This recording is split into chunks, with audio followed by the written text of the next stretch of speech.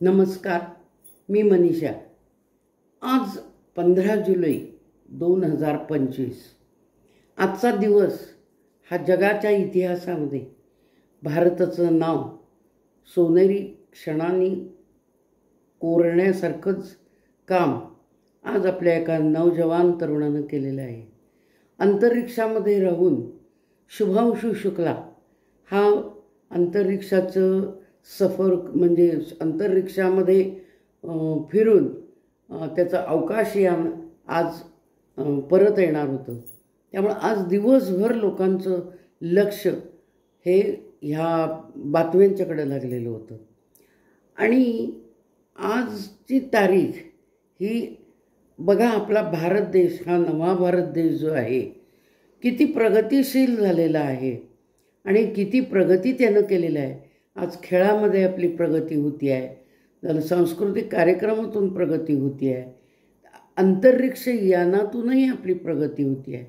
आजपर्यंत आपण फक्त परदेशांनी ही कामं केलेली पाहिली, पण आपलेही वीर काही कमी नाहीत आणि आपलेही सायंटिस्ट काही कमी नाहीत. फक्त त्यांना एक स्फूर्ती मिळणं हे गरजेचं होतं.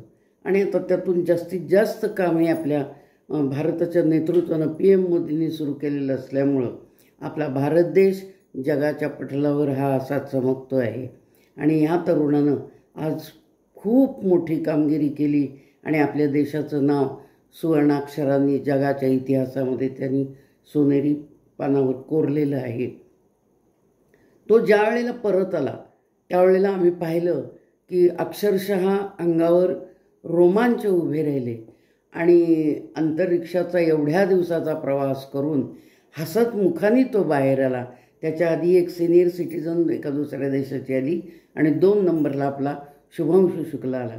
त्यांनी स्पेसमधून सुद्धा भारताचं दर्शन घडवलं आणि कसं कसं काय दिसतात देश वगैरे सांगितलं.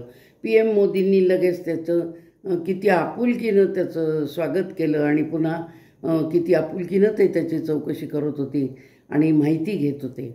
आणि त्याचबरोबर त्यांनी एक काम ते पण त्याला दिलं. ते नेहमी मी त्यांचे कार्यक्रम बघते, PM मोदींचे. खेळाडू जिंकून आले की, ऑलिम्पिक जिंकून आले की, क्रिकेट जिंकून आले की ते प्रत्येकावर एक पुढच्या पिढीला घडवण्याची जबाबदारी देत असतात आणि ती बरोबरच आहे. तर तसंच शुभांशु शुक्लाला पण त्यांनी सांगितलं की आता या पुढच्या नवीन पिढीला हे तू मार्गदर्शन करायचं आहेस आणि तूही कामगिरी करायची असेल, त्याच्याबरोबर ही पुढची पिढी पण तयार करायची आपल्या देशासाठी. तर अतिशय सुंदर वार्तालाप त्यांचा ऐकला मी आणि खूप आनंदाने रोमांच उभे राहिले शरीर.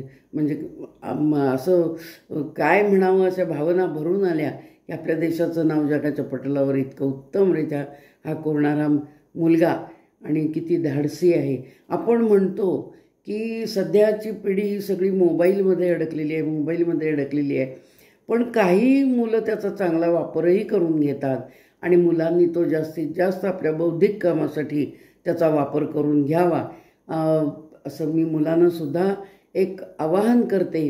तरुण पिढीलासुद्धा मी एक आवाहन करते. आणि ह्या सोशल मीडियामुळं ही जी टेक्निकल प्रगती झालेली आहे ती आमच्यासारख्यांना वृद्धांनासुद्धा एका जागी बसून आम्हाला ते स्पेसचं सगळं दर्शन घेता आलं. हे मोबाईलमुळेच घेता आलं. भले आम्हाला हॉलमध्ये जाता येत नसेल तर बसल्या जागीसुद्धा आम्हाला ते मोबाईल हातात धरून आम्हाला ते क्षण अनुभवता आले. त्यामुळे सोशल मीडियाचं सुद्धा याच्यात मोठं योगदान आहे आणि आम्हाला ते क्षण त्यामुळं अनुभवता येतात. रेडिओचं काही तसं होत नव्हतं. हो, रेडिओ ट्रान्झिस्टर निघाल्यानंतर तो कुठेही वापरता येत होता, पण आधी ते वायरिंग आलं, त्याला सगळं आलं. आता बघा, मोबाईलमुळं हे वृद्ध माणूससुद्धा कुठेही बसून ते बघू शकतात. आणि नुसतं म्हणजे ह्या टेक्निकल गोष्टींना नावं ठेवण्यात अर्थ नाही, त्याचा उपयोग चांगल्यासाठी सुद्धा होतो आणि तो सर्वांनी करून घेतला पाहिजे. तर असं हे आजचं जे शुभांशु शुक्लाचं आगमन झालं आणि मी पुढच्या पिढीलाही असंच म्हणते की, आणि हा क्षण म्हणजे आकाशाला गवसणी घालणे, ही जे आपल्याकडं म्हण आहे की आकाशाला गवसणी घालणे म्हणजे काय, तर ते आज ह्या मुलाच्यामुळं आम्हाला बघायला मिळालं की ते स्पेस असं फिरत होतं, लँड होताना कसं होत होतं लँड, अगदी प्रत्येक क्षण आम्हाला तो अनुभवता आला. तो अगदी बोटीवर तो येईपर्यंत आणि हसत मुखानं तो आला. म्हणूनच पुढच्या पिढीला मी हे म्हणते आणि पुढच्या पिढीला आमचे आशीर्वादही आहेत. PM मोदींनी सुद्धा त्यांना स्फूर्ती दिलेली आहे. प्रत्येक कामामध्ये ते स्फूर्ती देतात आणि आपली नवीन पिढी घडवायला हे आपलं नेतृत्व उत्तमरित्या मदत करतं.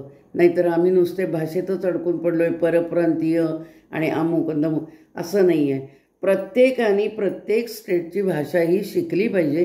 कारण भारत माझा देश आहे असं ज्या वेळेला आपण म्हणतो तेव्हा प्रत्येक स्टेटमधले लोकसुद्धा हे आपले बांधव आहेत आणि त्या बांधवांना त्या त्या स्टेटची भाषा आलीच पाहिजे, थोडी ना थोडी तरी आली पाहिजे. अगदीच प्रश्नचिन्ह घेऊन बघण्यासारखं नसावं एवढं मात्र निश्चित आहे. पण अशा या वादात न अडकता आपल्या तरुणाईचं आपण जास्तीत जास्त कौतुक करूया आणि म्हणूया की आकाशी झेप घे रे पाखरा, सोडी सोन्याचा पिंजरा, सोडी सोन्याचा पिंजरा, आकाशी झेप घे रे पाखरा, तोडी सोन्याचा पिंजरा, सोडी सोन्याचा पिंजरा. धन्यवाद. माझं जर आवडलं असेल भाषण किंवा मी जे तुमच्या पुढे ही काय माहिती सादर केली ते जर आवडलं असेल तर माझ्या चॅनलला सबस्क्राईब करा, जास्तीत जास्त कॉमेंट्स द्या, जास्तीत जास्त सबस्क्राईब करा आणि धन्यवाद. आणि शुभांशू शुक्लाला सुद्धा अत्यंत त्या मुलाचं अभिनंदन आणि असेच त्यांनी आपले इतरही पुढची पिढी तयार करावी आणि अशी मी श्रीरामाकडे प्रार्थना करते, भगवंतांच्याकडे प्रार्थना करते आणि असाच आपला देश प्रगतीपथावर राहून सगळ्या जगामध्ये आपला देश विश्वगुरू बनू देत. एवढंच मला मागायचं आहे. धन्यवाद. जय श्रीराम.